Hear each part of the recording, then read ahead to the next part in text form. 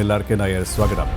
ഇവിടെ നമ്മൾ ചർച്ച ചെയ്തതുപോലെ തന്നെ അതീവ സങ്കീർണമായ ഒരു സാഹചര്യത്തിലൂടെയാണ് കാര്യങ്ങൾ കടന്നുപോകുന്നത് എന്ന് തോന്നുന്നു. പ്രത്യേകിച്ച് പാകിസ്ഥാന്റെ പ്രകോപനം 3-ാം ദിവസവും തുടരുകയാണത്. ഇരുട്ടിൻ്റെ മറപറ്റിയുള്ള ആക്രമണം, ഷെല്ലാക്രമണത്തിന് പിന്നാലെ മിസൈൽ ആക്രമണവും അവർ ആരംഭിച്ചു കഴിഞ്ഞു. എന്നാൽ അതിനെയൊക്കെയും തകർത്തെറിയുന്ന, നിഷ്പ്രഭമാക്കുന്ന ഭാരതത്തിൻ്റെ ധീര സൈനികരെയും നമ്മൾ കണ്ടു കഴിഞ്ഞു. ഒപ്പം രാജ്യ തലസ്ഥാനം വരെ എത്തിയിരിക്കുകയാണ് പാകിസ്ഥാനിലെ മിസൈൽ. ഹരിയാനയിലെ സിർസയിലാണ് അത് തകർന്നു വീണത്. പ്രത്യാക്രമണത്തിൽ പാകിസ്ഥാൻ അക്ഷരാർത്ഥത്തിൽ വിറങ്ങലിച്ചു നിൽക്കുകയാണ്, പകച്ചു നിൽക്കുകയാണ് എന്ന് പറയേണ്ടി വരും. ഈ ഒരു സാഹചര്യത്തിൽ കൂടിയാണ് അതീവ നിർണായകമായ കൂടിയാലോചനകൾ ഡൽഹിയിൽ ഇപ്പോൾ നടന്നുകൊണ്ടിരിക്കുന്നത്. ഇനി നടക്കാൻ പോകുന്നത് 10:30 പ്രതിരോധ മന്ത്രിയും വിദേശമന്ത്രിയും ചേർന്നുള്ള അസാധാരണമായ വാർത്താ സമ്മേളനവും പ്രഖ്യാപിച്ചു കഴിഞ്ഞിട്ടുണ്ട്. എങ്ങനെ പ്രതികരിക്കുന്നു, എങ്ങനെ കാണുന്നു നിലവിലെ സാഹചര്യത്തെ താങ്കൾ? നമസ്കാരം. ജനൻ ടിവിയുടെ എല്ലാ പ്രേക്ഷകർക്കും നമസ്കാരം. വളരെയധികം ക്രിട്ടിക്കലായിട്ടുള്ള ഒരു സ്റ്റേജിലൂടെയാണ് നമ്മളിപ്പോൾ കടന്നുപോയത്. കാരണം ഏപ്രിൽ 22 ശേഷം ഏകദേശം 14 ദിവസത്തോളം എടുത്തതിന് ശേഷമാണ് നമ്മളൊരു പ്രധാനപ്പെട്ട തീരുമാനമെടുത്തത്. ടെറർ ക്യാമ്പുകളെ നമ്മൾ ടാർഗറ്റ് ചെയ്യണം. അവിടുന്നാണ് ടെററിസ്റ്റിന് വേണ്ടിയിട്ടുള്ള പരിശീലനവും അവർക്ക് വേണ്ടിയിട്ടുള്ള റാഡിക്കലൈസേഷനും ഒക്കെ നടക്കുന്നത് എന്നുള്ള തിരിച്ചറിവിന്റെ അടിസ്ഥാനത്തിൽ യാതൊരുവിധ മിലിറ്ററി ടാർഗറ്റ്സും സെലക്ട് ചെയ്യാതെയുള്ള തികച്ചും ഒരു റിട്ടാലിയേഷൻ ആയിരുന്നു നമ്മൾ പ്ലാൻ ചെയ്തത്. പക്ഷേ അതിന് മുകളിലായിട്ട് എസ്കലേറ്റ് ചെയ്യാനുള്ള പ്ലാൻ ഒന്നും തന്നെ ഉണ്ടായിരുന്നില്ല എന്നാണ് മനസ്സിലാക്കാൻ സാധിക്കുന്നത്. പക്ഷേ പാകിസ്ഥാൻ അതിനുശേഷം നമ്മുടെ ഒരുവിധം ബോർഡർ ഏരിയയിലുള്ള എല്ലാ എയർബേസുകളും, ഏകദേശം 12ഓളം എയർബേസുകളിൽ പാകിസ്ഥാൻ പ്രത്യാക്രമണം നടത്തി. നമ്മുടെ മിലിറ്ററി, കാരണം നമ്മുടെ രാഷ്ട്രത്തിൽ ടെററിസ്റ്റ് ക്യാമ്പുകളൊന്നും അവർക്കില്ല. അവരുടെ ഉദ്ദേശം എന്താണ്? നമ്മുടെ മിലിറ്ററി ടാർഗറ്റ്സിനെ ഐഡന്റിഫൈ ചെയ്യുക എന്നുള്ള ഉദ്ദേശത്തോട് കൂടിയിട്ടാണ് അവര് അവിടുന്ന് നമുക്കെതിരായിട്ടുള്ള ആക്രമണം അഴിച്ചുവിട്ടിരിക്കുന്നത്. അതിനെ വളരെ ശക്തമായ ഭാഷയിൽ തന്നെ നമ്മുടെ ആം ഫോഴ്സസ് തിരിച്ചടി നൽകി. എനിക്ക് നമ്മുടെ ജനപ്രേക്ഷകർക്ക് അറിയാൻ മതിയെന്ന് ഞാൻ വിചാരിക്കുന്നു. കാരണം പാകിസ്ഥാനെ സംബന്ധിച്ചിടത്തോളം ഒരു 4 ദിവസത്തെ യുദ്ധം തുടർന്ന് കൊണ്ടുപോകാനുള്ള ശേഷി മാത്രമേ പാകിസ്ഥാൻ ഇന്നുള്ളൂ. കാരണം അവർക്ക് ഇന്ന് ലോകരാജ്യങ്ങളിടയിൽ അവർ ഒറ്റപ്പെട്ടിരിക്കുകയാണ്. കാരണം ചൈനയും തുർക്കിയും ഒഴിച്ച് മറ്റൊരു രാഷ്ട്രങ്ങളും തന്നെ പാകിസ്ഥാന്റെ ഈ നടപടിയെ അവർ അംഗീകരിക്കുന്നില്ല. എല്ലാ രാഷ്ട്രങ്ങളും പാകിസ്ഥാന്റെ ഈ നടപടിയെ അപലപിക്കുകയാണ് ഉണ്ടായിരിക്കുന്നത്. അതുകൊണ്ട് തീർച്ചയായും അവർ ഒറ്റപ്പെട്ട ഒരു സാഹചര്യത്തിൽ 4 ദിവസത്തേക്ക് മാത്രം ഒരു ഇന്ത്യയുമായി ഒരു യുദ്ധം നയിക്കാനുള്ള ഒരു കേപ്പബിലിറ്റി വെച്ചുകൊണ്ടാണ് പാകിസ്ഥാൻ ഇപ്പോൾ പ്രവർത്തിച്ചുകൊണ്ടിരിക്കുന്നത്. അവിടുത്തെ മിലിറ്ററി ലീഡർഷിപ്പിനെ പറ്റി നമ്മുടെ ഡോക്ടർ മോഹൻ വർഗീസ് വളരെ വിശദമായി സംസാരിച്ചിട്ടുണ്ട്. അവിടെയുള്ള മിലിറ്ററി ലീഡർഷിപ്പ് ഒരു ക്രൈസിസിനെ അഭിമുഖീകരിച്ചുകൊണ്ടിരിക്കുകയാണ്. 11 കോറിലൊക്കെ തന്നെ അവിടെ ഒരുപാട് പേര് രാജിവെച്ചു പോയി. അവിടെ ഒരു മ്യൂട്ടിനി എന്ന് തന്നെ പറയാം. അങ്ങനെയുള്ള ഒരു സിറ്റുവേഷനിൽ കൂടിയാണ് കടന്നുപോയിക്കൊണ്ടിരിക്കുന്നത്. നമ്മളെ സംബന്ധിച്ചിടത്തോളം വളരെ ശക്തമായ ഒരു പൊളിറ്റിക്കൽ ലീഡർഷിപ്പ് ഉണ്ട്. പൊളിറ്റിക്കൽ ലീഡർഷിപ്പിനനുസരിച്ച് പ്രവർത്തിക്കുന്ന നമ്മുടെ ആം ഫോഴ്സസ് ഉണ്ട്. അപ്പോൾ വളരെ ശക്തമായ തീരുമാനങ്ങൾ നമുക്ക് എടുക്കാനുള്ള കഴിവ് നമുക്കുണ്ട് എന്നുള്ളത് പാകിസ്ഥാന് വളരെ വ്യക്തമായിട്ട് അറിയാം. കേണൽ, നേരത്തെ ഡോക്ടർ മോഹൻ വർഗീസ് സൂചിപ്പിച്ചത് ഈ നിർണായകമായ കൂടിയാലോചനകളും വാർത്താ സമ്മേളനങ്ങളും നടക്കുമ്പോൾ 10:30 അസാധാരണമായ ഒരു വാർത്താ സമ്മേളനം എന്ന് നമുക്ക് നിസ്സംശയം പറയാം. കാരണം പ്രതിരോധ മന്ത്രിയും വിദേശകാര്യമന്ത്രിയും നേരിട്ടാണ് ആ വാർത്താ സമ്മേളനം നടത്തുന്നത്. നിർണായകമായ പ്രഖ്യാപനങ്ങൾ ഉണ്ടാകുമെന്ന കാര്യത്തിൽ സംശയമില്ല. അവിടെ അദ്ദേഹം സൂചിപ്പിച്ച 2 കാര്യമുണ്ട്. ഒരുപക്ഷെ രാജ്യം ഇതുവരെ പാകിസ്ഥാനെതിരെ സ്വീകരിച്ച യുദ്ധതന്ത്രങ്ങളായി കഴിഞ്ഞാലും പ്രത്യാക്രമണമായി കഴിഞ്ഞാലും അതിൻ്റെ അനന്തരഫലങ്ങളായി കഴിഞ്ഞാലും അത് കൃത്യമായി വിശദീകരിക്കുക എന്നുള്ള ഒരു ലക്ഷ്യമായിരിക്കാം ഈ വാർത്താ സമ്മേളനത്തിൽ ഉണ്ടാവുക. അല്ലെങ്കിൽ സങ്കീർണമായ ഒരു സാഹചര്യത്തിൽ അതിർത്തികളിൽ സാധാരണക്കാരായ ജനങ്ങളടക്കം ലക്ഷ്യമിടുന്ന സാഹചര്യത്തിൽ പ്രകോപനം അതിൻ്റേതായ എല്ലാ ധാർമ്മികതയും ലംഘിച്ചുകൊണ്ട് തുടരുന്ന സാഹചര്യത്തിൽ ഇനി സ്വീകരിക്കേണ്ട നടപടികൾ അല്ലെങ്കിൽ അതുമായി ബന്ധപ്പെട്ട പ്രഖ്യാപനം ഒരു മുൻ സൈനികൻ എന്ന രീതിയിൽ എങ്ങനെയാണ് താങ്കൾ അതിനെ പ്രതീക്ഷിക്കുന്നത്? ഇന്ത്യയെ സംബന്ധിച്ചിടത്തോളം തുടക്കത്തിൽ തന്നെ ഈ ഒരു കോൺഫ്ലിക്റ്റിനെ എസ്കലേറ്റ് ചെയ്യാനുള്ള ഒരു ഉദ്ദേശം നമുക്കില്ലായിരുന്നു. കാരണം ഞാൻ നേരത്തെ പറഞ്ഞതുപോലെ തന്നെ ടെററിസ്റ്റ് ക്യാമ്പുകളെ ആക്രമിച്ച് അവയെ നിർവീര്യമാക്കുക എന്നുള്ള ഒരു ഉദ്ദേശത്തു കൂടിയാണ് നമ്മുടെ പ്ലാനിങ് എല്ലാം ചെയ്തിരിക്കുന്നത്. പക്ഷേ അതിനുശേഷം പാകിസ്ഥാൻ നിരന്തരമായി നമ്മുടെ സൈനിക താവളങ്ങൾക്ക് നേരെ ആക്രമണം അഴിച്ചുവിട്ടപ്പോൾ നമ്മുടെ സ്ട്രാറ്റജി റിവൈസ് ചെയ്യേണ്ട ആവശ്യമുണ്ട്. ഇതുവരെ ഉണ്ടായ നമ്മുടെ പ്രത്യാക്രമണങ്ങളൊക്കെ തന്നെ നമുക്ക് വിലയിരുത്തേണ്ടതുണ്ട്. അതിന്റെ അടിസ്ഥാനത്തിൽ തുടർ നടപടികളിലേക്ക് നമ്മൾ നീങ്ങേണ്ടതുണ്ട്. കാരണം രാജ്യം ഏതൊരു സങ്കീർണ അവസ്ഥയും നേരിടാനുള്ള ഒരു സിറ്റുവേഷനിലേക്ക് നമുക്ക് എത്തേണ്ടതുണ്ട് എന്നാണ് എനിക്ക് തോന്നുന്നത്. കാരണം കൈൻഡ് ഓഫ് എസ്കലേഷൻ നമ്മൾ കാണുന്നത് ഇന്നലെ തന്നെ ഏകദേശം 8:30 മണിക്ക് അവരുടെ സിവിൽ വ്യോമയാന പാത ഉപയോഗിച്ചുകൊണ്ട് ഇന്ത്യയുടെ മേൽ ആക്രമണം നടത്തി.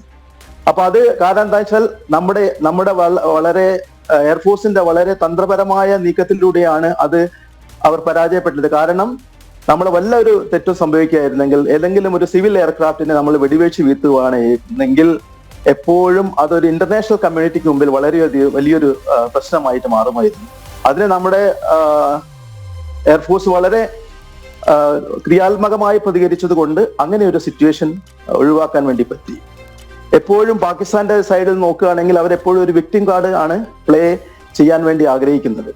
എനിക്ക് തോന്നുന്നു 10:30-ക്കുള്ള മീറ്റിംഗിൽ തീർച്ചയായിട്ടും ഇതുവരെ സൈന്യം എടുത്ത നടപടികളെ കുറിച്ചും അതിലുണ്ടായിരിക്കുന്ന ഡാമേജും അതിനെ പറ്റിയൊക്കെ തന്നെ വിശദമായ ചർച്ചകൾ നടക്കും. പ്രധാനമന്ത്രി എനിക്ക് തോന്നുന്നു രാഷ്ട്രത്തെ തന്നെ അഭിസംബോധന ചെയ്യാനുള്ള സാധ്യതയുണ്ട്. എന്തായാലും വളരെ നിർണായകമായ തീരുമാനങ്ങൾ ഈ 10:30-ക്കുള്ള മീറ്റിംഗിൽ എടുക്കുമെന്നാണ് എനിക്ക് തോന്നുന്നത്. ലോകരാഷ്ട്രങ്ങളൊക്കെ തന്നെ ഉറ്റുനോക്കിക്കൊണ്ടിരിക്കുകയാണ്. അമേരിക്ക ആയാലും താങ്കൾ പറഞ്ഞതുപോലെ തന്നെ ലോകരാഷ്ട്രങ്ങൾ തന്നെ ആ ഒരു നിർണായകമായ പ്രഖ്യാപനം, നിർണായകമായ തീരുമാനം, നിർണായകമായ കൂടിക്കാഴ്ചകൾ, നിർണായകമായ വാർത്താ സമ്മേളനത്തെ ഉറ്റുനോക്കുകയാണ്. എല്ലാ ആക്രമണങ്ങളെയും പ്രത്യാക്രമണത്തിലൂടെ ഇല്ലാതാക്കുകയാണ് ഭാരതത്തിന്റെ സൈന്യം. ഭാരതം പോലുള്ള ഒരു വൻ രാജ്യത്തിന് മുന്നിൽ എപ്പോഴൊക്കെയും പാകിസ്ഥാൻ ഏറ്റുമുട്ടിയിട്ടുണ്ടോ അപ്പോഴൊക്കെയും പരാജയം തന്നെയാണ് അവർക്ക് നേരിടേണ്ടി വന്നത്. ഇവിടെയും പരാജയം ആസന്നമാണ് എന്ന കാര്യത്തിൽ സംശയമില്ല. പക്ഷെ അത് എത്ര ദിവസം നീണ്ടു നിൽക്കും എന്നതാണ് നമുക്ക് മുന്നിലുള്ള ചോദ്യമല്ലേ? താങ്കൾ പറഞ്ഞതുപോലെ തന്നെ 3 ദിവസത്തിനപ്പുറം അല്ലെങ്കിൽ 4 ദിവസത്തിനപ്പുറം പാകിസ്ഥാനെ പിടിച്ചു നിൽക്കാൻ കഴിയാത്ത ഒരവസ്ഥയല്ലേ നിലവിലെ സാഹചര്യത്തിലും ഉള്ളത്? Colonel R K Nair. Miss Suresh പറഞ്ഞത് വളരെ കറക്റ്റാണ്. 3 ദിവസം അല്ലെങ്കിൽ 4 ദിവസത്തേക്കുള്ള പിടിച്ചു നിൽക്കാനുള്ള ശേഷി മാത്രമേ ആസ് ഓഫ് നൗ പാകിസ്ഥാനുള്ളൂ. അപ്പൊ അതെന്താണ്, അതെങ്ങനെ എക്സ്റ്റെൻഡ് ചെയ്ത് കൊണ്ടുപോകാം എന്നുള്ള ഒരു പ്ലാനിങ്ങിലാണ് അവരിപ്പോൾ നടക്കുന്നത്. നമ്മളെ സംബന്ധിച്ചിടത്തോളം നമ്മൾ വളരെ വ്യക്തമായ പ്ലാനിങ്ങോട് കൂടി തന്നെയാണ് ഈ ഓപ്പറേഷൻ സിന്ദൂർ ലോഞ്ച് ചെയ്തിരിക്കുന്നത്. നമുക്ക് കാണാൻ വേണ്ടി പറ്റും. കാരണം ആദ്യം തന്നെ നമ്മൾ സിന്ധു നദീതട കരാറ് നമ്മൾ റദ്ദാക്കി.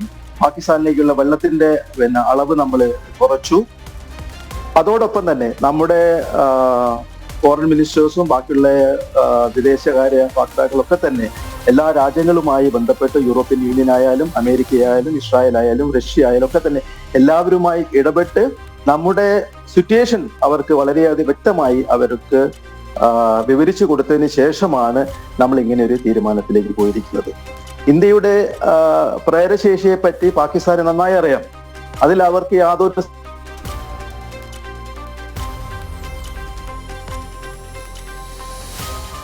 സംശയവുമില്ല ഉപയോഗിച്ചുകൊണ്ടിരിക്കുന്നത്. അവർക്കറിയാം ന്യൂക്ലിയർ ബോംബ് ഉപയോഗിച്ചുകൊണ്ട് ഇന്ത്യക്കെതിരായിട്ട് ഒരു യുദ്ധം നയിക്കാൻ വേണ്ടി അവർക്ക് ഒരിക്കലും പറ്റില്ല എന്നുള്ളത്. അത് പാകിസ്ഥാന്റെ സർവനാശത്തിലേക്കായിരിക്കും നയിക്കുക എന്നുള്ളത് അവർക്ക് അറിയാം. പാകിസ്ഥാനെ നമ്മുടെ ലോക ഭൂപടത്തിൽ നിന്നും തുടച്ചു നീക്കുന്ന ഒരു സാഹചര്യത്തിലേക്കായിരിക്കും പോകുന്നത്. ഇത് ഈ അവസരത്തിൽ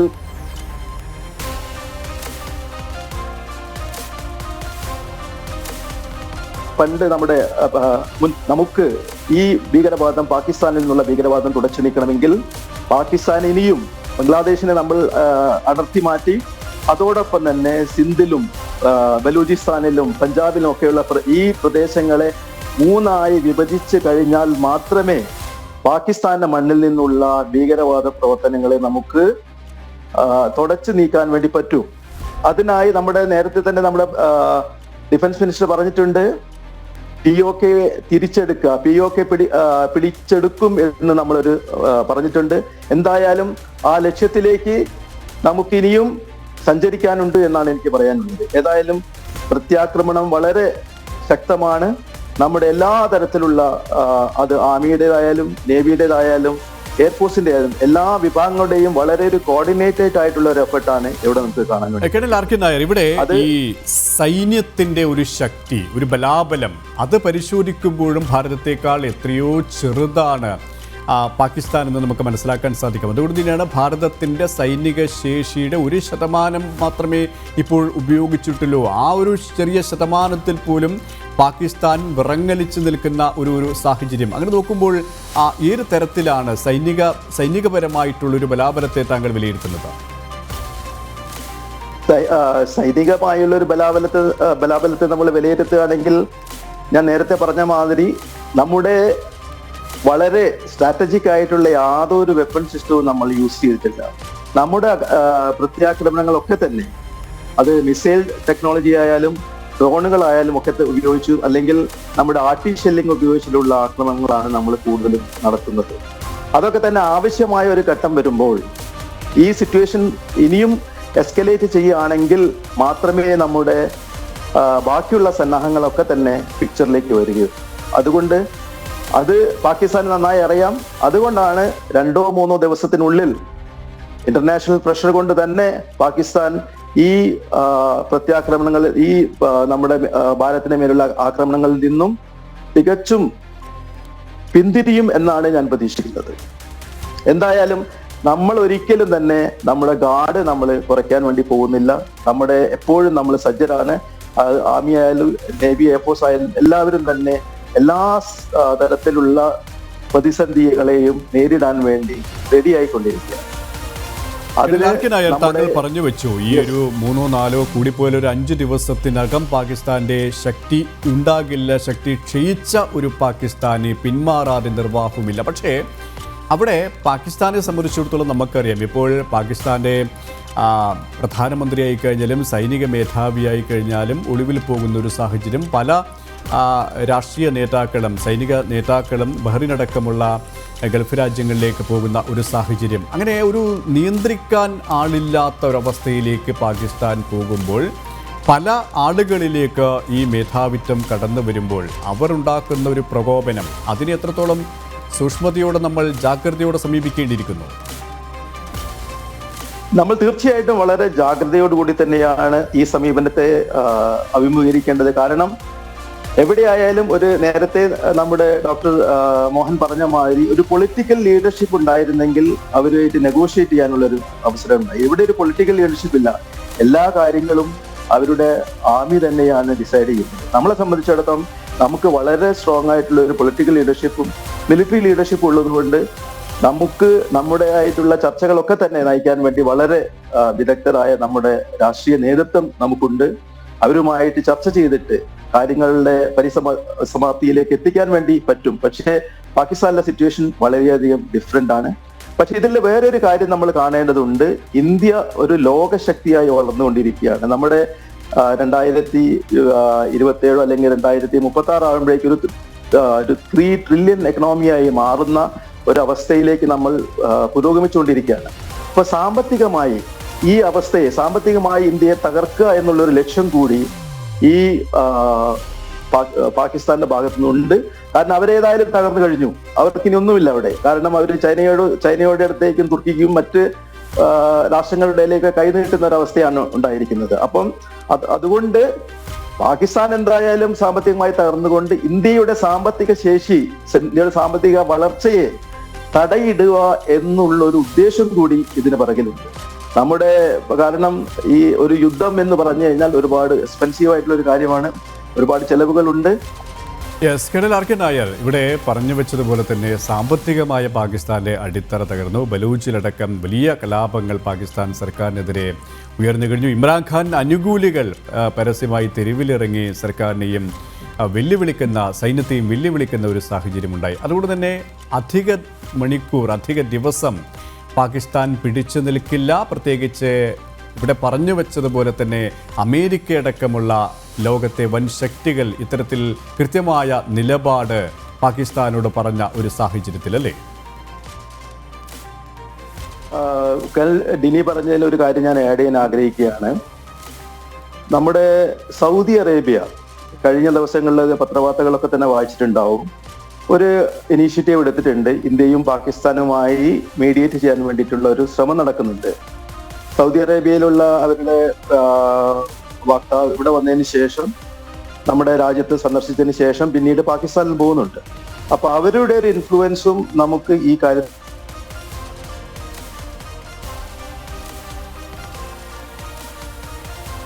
കാണാം. നേരത്തെ ഇതിന്റെ എതിരെ പ്രതികരിക്കാനുള്ള എല്ലാ അവകാശവും ഇന്ത്യക്കുണ്ട് എന്ന് പറഞ്ഞായിരുന്നു അന്ന് നമ്മുടെ വൈസ് പ്രസിഡന്റ് JD വാൻസ് എന്നൊരു സ്റ്റേറ്റ്മെന്റ് ഇറക്കിയിരുന്നത്. അതിനുശേഷം ഈ ഇപ്പോൾ തുടർന്നുകൊണ്ടിരിക്കുന്ന പാകിസ്ഥാന്റെ നിലപാടിനെ അവർ വളരെ സസൂക്ഷ്മം നിരീക്ഷിച്ചതിന് ശേഷമാണ് ഈ കഴിഞ്ഞ ദിവസം ഇങ്ങനെ ഒരു സ്റ്റേറ്റ്മെന്റ് ഇറക്കിയിരിക്കുന്നത്. പാകിസ്ഥാനിൽ നിന്ന് ഇങ്ങനെയുള്ള പരിപാടികളിൽ നിന്നും മാറി നിൽക്കണം എന്ന് പാകിസ്ഥാനോട് US അഭ്യർത്ഥിച്ചിരിക്കുന്നത്. എന്തായാലും വരും ദിവസങ്ങളിൽ, കാരണം ലോകരാഷ്ട്രങ്ങളൊക്കെ തന്നെ ഭീകരവാദത്തിനെതിരായിട്ടുള്ള യുദ്ധം പ്രഖ്യാപിച്ചിരിക്കുന്ന അവസരത്തിൽ പാകിസ്ഥാനെ ഇങ്ങനെയൊരു ഇന്റർനാഷണലി ഒറ്റപ്പെടുത്തുന്ന ഒരു സാഹചര്യം ഉണ്ടാവും എന്തായാലും. പക്ഷേ അമേരിക്കയ്ക്കായാലും ചൈനയ്ക്കായാലും ഒക്കെ തന്നെ അവരുടെ സ്ട്രാറ്റജിക് ഇൻട്രസ്റ്റ് ഉണ്ട്. ആ ഇൻട്രസ്റ്റിനെ അവർ കാത്തു സൂക്ഷിച്ചുകൊണ്ടായിരിക്കും ബാക്കിയുള്ള നിലപാടുകൾ എടുക്കുക എന്നാണ് എനിക്ക് ഈ അവസരത്തിൽ പറയാനുള്ളത്. എന്തായാലും നമ്മുടെ സൈനിക ശേഷിയുടെ ഒരു ചെറിയൊരു പെർസെൻറ്റേജ് മാത്രമേ നമ്മൾ ഉപയോഗിച്ചിട്ടുള്ളൂ. നമുക്കിനിയും പാകിസ്ഥാന്റെ ആക്രമണങ്ങളെ പ്രതിരോധിക്കാനുള്ള എല്ലാ ശേഷിയും നമുക്കുണ്ട്. അത് മാത്രമല്ല, നമ്മുടെ ഏറ്റവും വലിയൊരു അഡ്വാൻറ്റേജ് എന്താ കഴിഞ്ഞാൽ, രാഷ്ട്രം, നമ്മുടെ ഭാരതത്തിലെ 140 കോടി ജനങ്ങൾ എല്ലാവരും നമ്മുടെ പൊളിറ്റിക്കൽ ലീഡർഷിപ്പിനോടൊപ്പമുണ്ട്, നമ്മുടെ ആം ഫോഴ്സസിനോടൊപ്പമുണ്ട്. അത് ഏറ്റവും വലിയൊരു അസറ്റായിട്ട് നമുക്ക് ഉപയോഗിക്കാൻ വേണ്ടി പറ്റും. പാകിസ്ഥാന്റെ പാകിസ്ഥാന്റെ 9 ഭീകര കേന്ദ്രങ്ങളെയായിരുന്നു നമ്മൾ ടാർഗറ്റ് ചെയ്തിരുന്നത്. അതിനുശേഷം അവിടെ നിന്നുണ്ടായിരിക്കുന്ന ആക്രമണം നമ്മുടെ 15ഓളം എയർബേസുകളെയാണ് അവർ ലക്ഷ്യം വെച്ചിരിക്കുന്നത്. കാരണം ഞാൻ നേരത്തെ പറഞ്ഞു, ഇവിടെ നമുക്ക് ടെററിസ്റ്റ് കേന്ദ്രങ്ങൾ ഇല്ല എന്നുള്ളത് അറിവിന്റെ അടിസ്ഥാനത്തിൽ. അതിനുശേഷം അതോടൊപ്പം തന്നെ നമ്മുടെ ജമ്മു കാശ്മീർ തൊട്ട് ഗുജറാത്ത് വരെയുള്ള മേഖലകളിലെ എല്ലാ പാവപ്പെട്ട ജനങ്ങളെ ടാർഗറ്റ് ചെയ്തുകൊണ്ടുള്ള ഒരു പ്രത്യാക്രമണമാണ് അവർ നടത്തിയിരിക്കുന്നതെന്ന് നമുക്ക് കാണാൻ വേണ്ടി കഴിയും. കാരണം എപ്പോഴും ഒരു യുദ്ധം ഉണ്ടാവുമ്പോൾ നമ്മുടെ ബോർഡർ ഏരിയയിൽ താമസിക്കുന്ന ജനങ്ങൾക്ക് ഒരുപാട് ദുരിതങ്ങൾ അത് ഉണ്ടാക്കാറുണ്ട്. പാകിസ്ഥാൻ എപ്പോഴും അവർ ശ്രമിക്കുന്നതും അത് തന്നെയാണ്, ബോർഡർ ഏരിയയിലുള്ള ആളുകളെ മാക്സിമം ഡാമേജ് ഉണ്ടാക്കുക എന്നുള്ളതാണ് അവരുടെ ഉദ്ദേശം. മിലിറ്ററി ടാർഗറ്റ്സിനേക്കാളും കൂടുതൽ അവർ ലക്ഷ്യം വെക്കുന്നത് എപ്പോഴും ഇങ്ങനെയുള്ളതാണ്. അതോടൊപ്പം തന്നെ പല സമയത്തും റിലീജിയസ് ആയിട്ടുള്ള, എനിക്ക് തോന്നുന്നു ഞാൻ തങ്കാറിലുണ്ടായിരുന്ന സമയത്ത് അവിടെ ഒരു ഗ്രാമമുണ്ട്, ത്രിപോണി എന്നൊരു ഗ്രാമമുണ്ട്. അവിടെ മുഴുവനും സിഖ് പോപ്പുലേഷൻ ആണുള്ളത്. ആ ഗ്രാമത്തെ നിരന്തരമായി ഷെല്ലിംഗ് ചെയ്യുന്ന ഒരു അവസ്ഥ ഉണ്ടായിരുന്നു. അപ്പൊ ഇതൊക്കെ തന്നെ അവർ നേരത്തെ പറഞ്ഞ 2 നേഷൻ തിയറിയുടെ ഭാഗമായിട്ടുള്ള നീക്കങ്ങൾ നേരത്തെ തന്നെ അവർ പ്ലാൻ ചെയ്തു എന്നുള്ളതിന്റെ ഒരു തെളിവായിട്ട് നമുക്കിതിനെ കണക്കാക്കാൻ വേണ്ടി പറ്റും. കാരണം ഭാരതത്തിനെ അസ്ഥിരപ്പെടുത്തുക എന്നുള്ളതാണ് അവരുടെ മെയിൻ ആയിട്ടുള്ള ഉദ്ദേശം. സുരേഷ്, ഇതിൽ വളരെയധികം നന്ദി കേണൽ RK നായർ, ഇത്രയും സമയം ഞങ്ങളോട് സഹകരിച്ചതിന്.